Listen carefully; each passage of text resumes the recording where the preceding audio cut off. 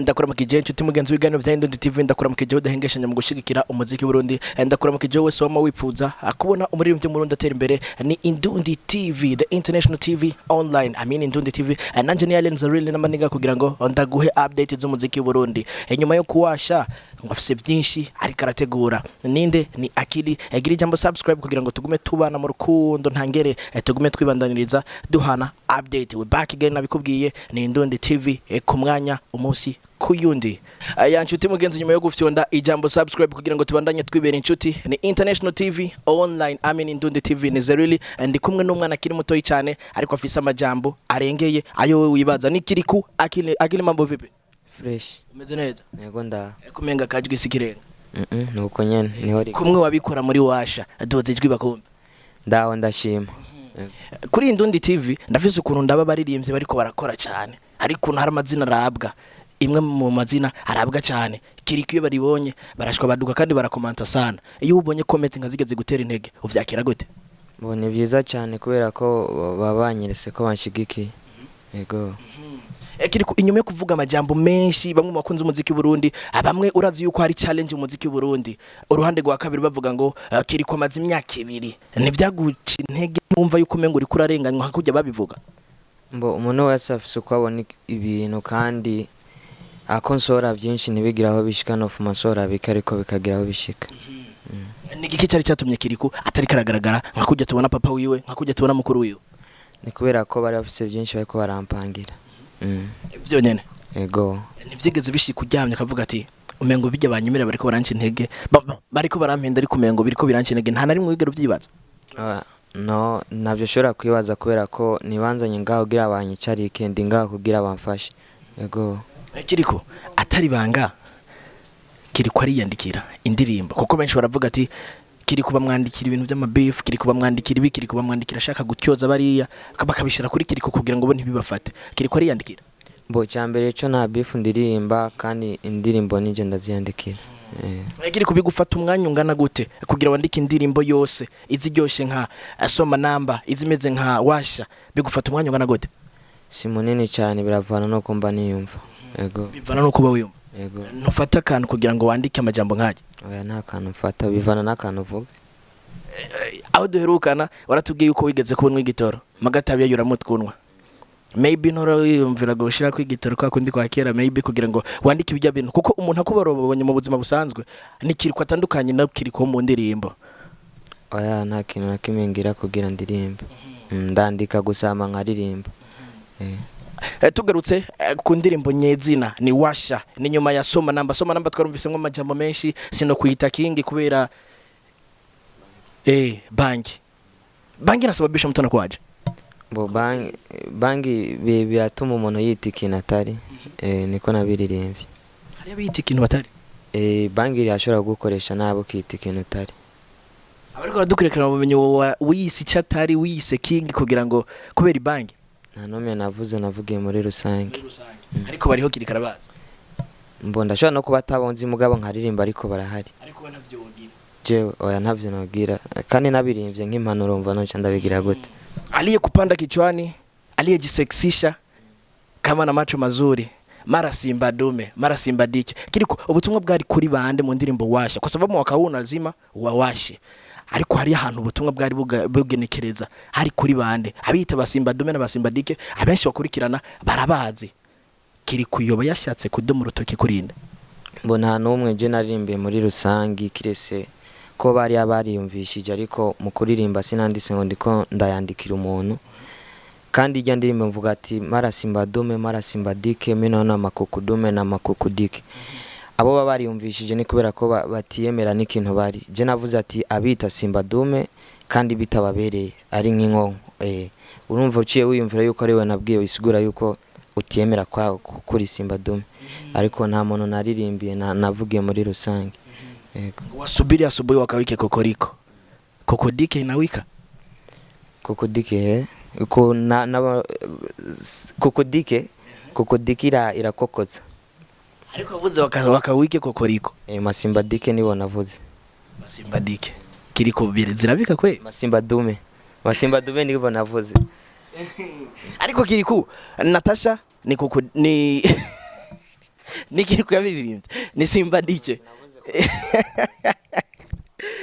Natasha ni Simba Dike Sadbi ni Simba Dome na ntitubizi twese we ntubizi none Kirikou sibo wavuze je sibo navuze nabikubwiye kandi nubwo ari bono banaravuze jewe sindi umwasi w'iterambere ry'umuziki w'u Burundi kandi ku bantu batahura umuziki nubwo ari bono banaravuze ntagwanko dufitaniye nabo yo bari nka challenge mugasi bo navuze ndiko ndisigura n'ivyashika nk'abaririmba nibaze babitahure yuko ari mu gwanko sinaniwe no kurimba indirimbo zo kumvikana muko navuze nka Diamond cyangwa Chris Brown ariko ndinze ndirimba nka uga deja ni promo sinaniwe kunanirwa no kurimba indirimbo isose bo kumva ko nabwiye Diamond cyangwa ndi ariko nkore ku murundi wacu mbo sibo navuze mvuze yuko vyoshika nk'abaririmba ntagwanko go barurimo ko bari kuduzanya kuko nkubura abagaruseko kandi waje kubaza ivyerekeye ariko ni indirimbo n'amajambo ari mu ndirimbo naye ndabizire Kirikou ni wumva yuko ari bugaruseko je sibona aririmbye ariko je navuze Simba Dome na Simba Dike none nk'ubu yo bishika nkarimba ibintu wumva yuko no banavuze Diamond numva ko twakuba turiko duha promo abanyamahanga cyanda kubaza impamvu bamuririmbye kuko promo ni waba watanguye kuyimuha oya nanje navyo nokora niyo mpamvu ibi ndabikora nubwo no baririmba ntanzigirimo ego nubwo yo baririmba ntanzigirimwo ariko ngo ni wasinya agasinyura ujya butatasinye uragenda ukagaruka kuko ntibikwemerera kujabuka nayo si wundi namwe majambo ari mu ndirimbo passport ngo najiita passport wakati na flow moja mara mikiki za mikiki kudadadeki eti tushaka kusoma passport ni tumuzi biravana n'ubuzi we cyangwa wowe wavuze kuri barape yavuze ati baranigwa nije mfata baraperi barenga 10 passport ujya passport reka ndakubwira ivyo yavuze ni wafata baraperi barenga 10 bose akabura numwe aduze urutoki avuga yuko ivyo bavuze ko atari ivyo kumbe hari baraperi bavuga batyoza abandi babavuga ko ivyo batari ivyo ariko harabuze numwe ngo aduga ariko wewe Kirikou passport yashamusoma bafise none si ivyo Jesu yanavuze oya ni kwa kundi nyine kuvugira muri rusange muga nyimba je navuze unajita passport wakati na flow moja nyimbo ubona yuko avyita kandi afise flow moja nawe rimwe mubona avuze ariko sinarimbye mvuga ngo niwe ndiko ndavuga ariko nitwo birandirako ni Kirikumengo ariko aca hirya nino ariko we nkuko bizi je nkuko ndabizi nawe aho yicaye arabizi bifese si ukweli sasa bro niwe wise passport kandi wavuze ngo ubihaririye aradoza urutoki je ndabivuze Kirikou ko yadogeje urutoki challenge basi kuko yarabivuze ku radio mu kiganiro Indundi hecho maybe uracumviriza yaravuze ati je ndabisubiyemwo ntawe navuze izina ariko navugiye muri rusange mu Rwanda no mu Burundi hamwe guha challenge mukore battle wowe na bface kuri rap uri ready Cina kibazo kuko ari geje usanga ndi visa we ari passport Harigihe usanga ari visa wowe uri passport maybe nakaranga muntu bazoboneka Kirikou dupange abantu twitega iki inyuma y'ibikorwa bisohotse no munsi twabonye ko Kirikou aje n'amasanamu kandi amasanamu ameze neza bamwe bari kuvuga yuko hamwe Kirikou yosoherwa ibikorwa kenshi gashoboka kujya tubona abandi tubona papa tubona grand frère ndavuze Fizo ndavuze Double J yuko wewe urumwe mu baririmbye bofata izina kandi rikomeye cyane nkuko uri kurabikora muri kano kanya mu bikorwa byawe bike kubgawe nibihe bikorwa abantu borindira bakabirindira ryari Bo icyambere cyo nuko abo bantu batahura yuko kuba ndi ngaha ntari ngaha nari mu muryango wa Bantu Boy kugira abanyicarike banoye kugira bamfashe kandi ikintu cyose kigira umwanya wacu kandi ya ndirimbo vuga mu kahu lazima tuwawashe bisigura yuko uyu mwaka tugiye gukora cyane ego Kirikou nkamwe hagize ugucaguza muri uno mwaka turashaka collab y'abaririmbyi babiri sibyo y'abaririmbyi babiri umwe umuhungu undi umukobwa kuri we mu bari hanyuma mu Burundi dukuyemwe bari mu muryango wa Bantu Boy nabahe mwakorana mbo je ndamukunda miserika ego mu bahungu naho dukuyemwe ba Double J mbo umuhungu nawe ni Dramati kuki Dramati kubera ko ni umwana kandi ashoboye ntutinye ko byo hava indirimbo yanyitaduga hejuru kubera yuko Dramati atazina nini nyafise nigiki ukundira Dramati kuri wewe bo Dramati cyambere cyo arafise indero kandi arashoboye hama indirimbo aho tugeze indirimbo ntigera higeze kubera ko buri umustar bivana no kuntu bawayikoze no kuntu bawakoze ego bavuze yuko Kirikou atokorera indirimbo muri Avenue wewe cyo bishura gute no bishura ko nokora kubera ta studio bafise yo mugabe hari nokora.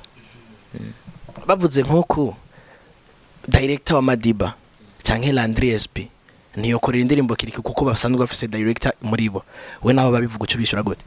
Mbo twokora naco bitwaye twokora. Mwokora bivanye n'iki? Si collab so umuririmbyi yakobrije kuja gukorerayo ni wewe urabishaka bo bikwemerera? Bo binyemerera naco bitwaye mu gihe ntara ubusinda bishaka mugaye gihe nabishatse ndabisavye babona yuko hari ahantu vyonshikana ntibashobora kuvyanga. Hagati ya Kenspi na Landry SP wemerande? Bose ndabemera. Usomvye wone nta numwe arankora video bose ndabemera uko. Nta numwe aramukorera mugabo bose arabemera. Kirikou akajamo ko bariko baragukurikirana kuko n'abarundi bari hanze nabonye bikundira Kirikou kandi ngo bashaka kumubona za Australia Canada, akajambo ko kubaremesha kuko bifuza show bakoreye ni nkaka. Mbo icyambere cyo bakomeze kunshigikira kandi ndizera ko bizokunda nzoshika kiyo ntambwe. Ndashimira n'abantu kuno bariko barakina indirimbo bakomeze no kuguma bamfasha kuyipartager. Ntihagire abareka kumfasha ngo ari abantu navuzemo muri iryo ndirimbo nta numwe navuzemo nikibuze reko banshigikira. Ego. Yari Indundi TV niko vyaba bimeze mukanya jewe nakubwiye we back again. Bamwe bavuga yuko nakwamye sugu kwama, hata wale wanasema kwamba kuna uchawi, hamna, ni kazi tu. Ukifanya vizuri lazima kila kitu kitaendelea. Ni akili umusore ariko arabikora neza cyane ngo wewe wibaza yuko yoba yavuze wa muririmbyi ukunda ntigitume utamushigikira. Shigikira umuziki Burundi, ashigikira abarundi kuko akili nawe n'umwana w'Uburundi. Nanje ni Allen Zerili, reka ndakubwira ko ndagukunda cyane, reka sigara kubwira uko babikora.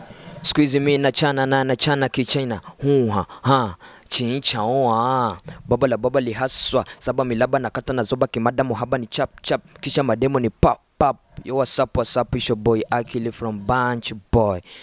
Nahandi ushobora gukura update nkiza atari kuri Indundi ndanagusaba kuri subscribe kuri channel yanje ya YouTube, unkurikirane no ku rubuga rwanje rwa Instagram nitwa Kirikou Akili, no kuri Facebook page yanje ni Kirikou Akili. Mudufate ukuboko twe twenyene ntavyo twokwishoboza. Murakoze cyane.